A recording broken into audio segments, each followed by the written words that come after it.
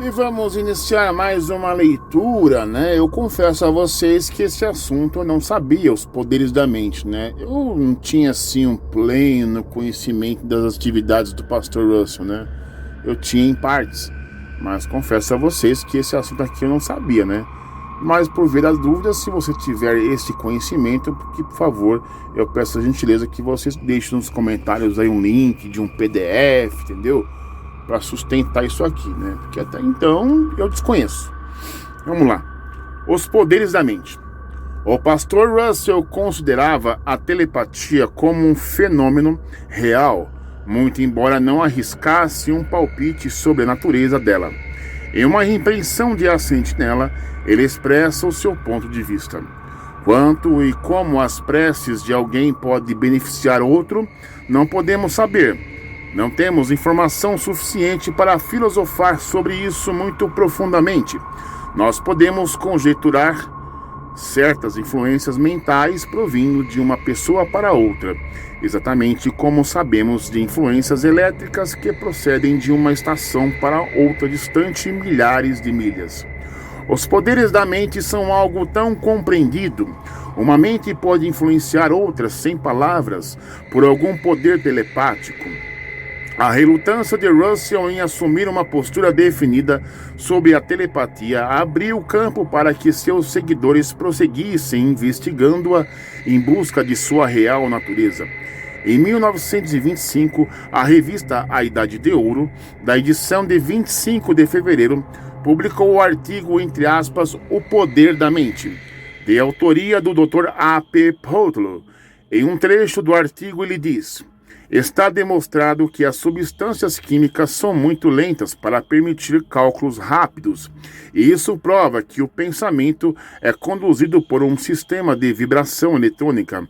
O Dr. Abrams foi primeiro a demonstrar essa teoria por meio de instrumento mecânico. Também explica aquilo que até agora se considerava um mistério de assim chamada telepatia, leitura de mentes e intuição feminina, dos quais o pastor Russell falou em algumas ocasiões. Então, o que me dá a pior suspeita de tudo isso aí, eu estou dizendo de mim mesmo, que o pastor Russell, ele se aproveitou do poder da mente para conduzir pessoas, para escravizar pessoas, para adestrar pessoas, assim como se adestra um cachorro. Você manda e o cachorro obedece. Então, ele entrou na mente das pessoas de sua época, de sua geração, da sua época, para que eles acreditassem em tudo que o pastor Russell disse. E assim o povo dizia amém. É por isso que é mais fácil acreditar do que saber, gente. Tá vendo? Manipulação, lavagem cerebral, tudo isso estava envolvido. Continuando. Aqui vemos, mais uma vez, o apoio expresso à teoria da estapafúrdia do charlatão Albert Abrams. Desta vez, elevando-a à condição de verdadeira pedra filosofal. A descoberta que explicaria todos os fenômenos paranormais. Mais adiante, o autor separa inteiramente a técnica de Abrams dos fenômenos demoníacos e alerta os leitores quanto a perigo desses últimos. Não é de admirar que, uma vez tendo encontrado uma forma segura de captar as vibrações mentais, aquela que põe as pessoas a salvo das influências malignas, os redatores da Sociedade Torre de Vigia fossem tomados de uma empolgação incomum pelas ondas de rádio.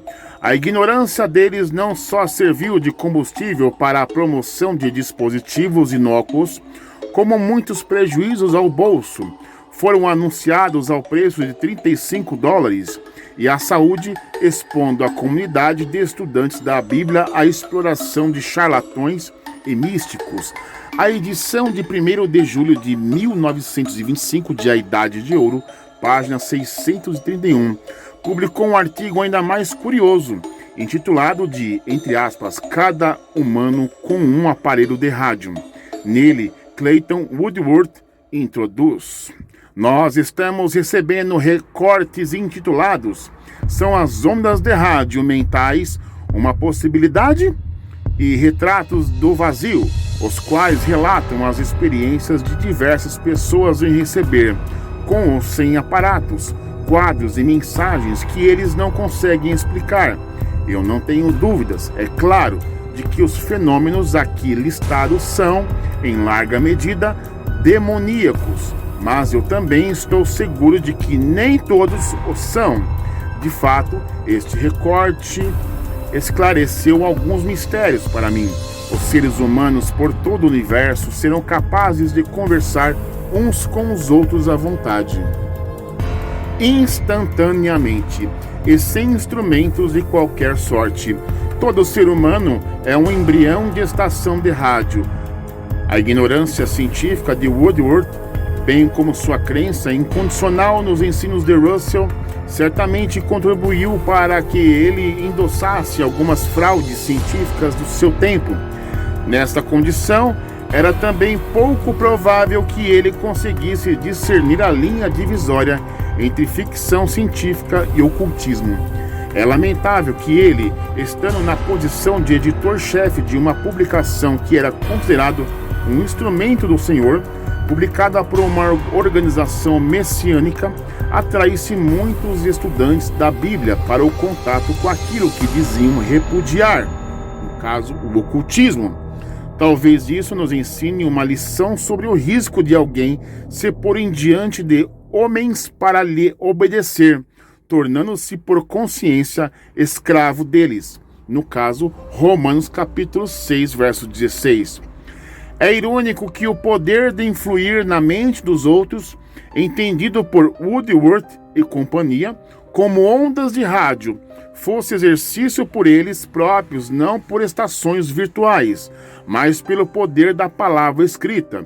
Talvez o único poder mental que tinham era o de convencer milhares a acompanharem em seus delírios religiosos. Tá vendo, gente?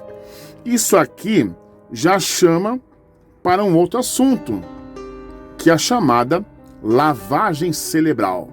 Né? A lavagem cerebral, né? Com R, né? Não com L.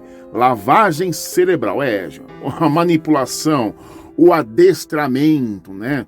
O que faz um ser humano se tornar testemunha de Jeová, né? Vai ser um assunto bem interessante que eu vou tratar não nesse próximo vídeo, mas talvez no outro, né? Mas vamos seguindo aí com os nossos vídeos, mas nós vamos chegar nesse assunto de lavagem cerebral, correto? Um grande abraço do emissário Cristiano. Até a próxima. Fui.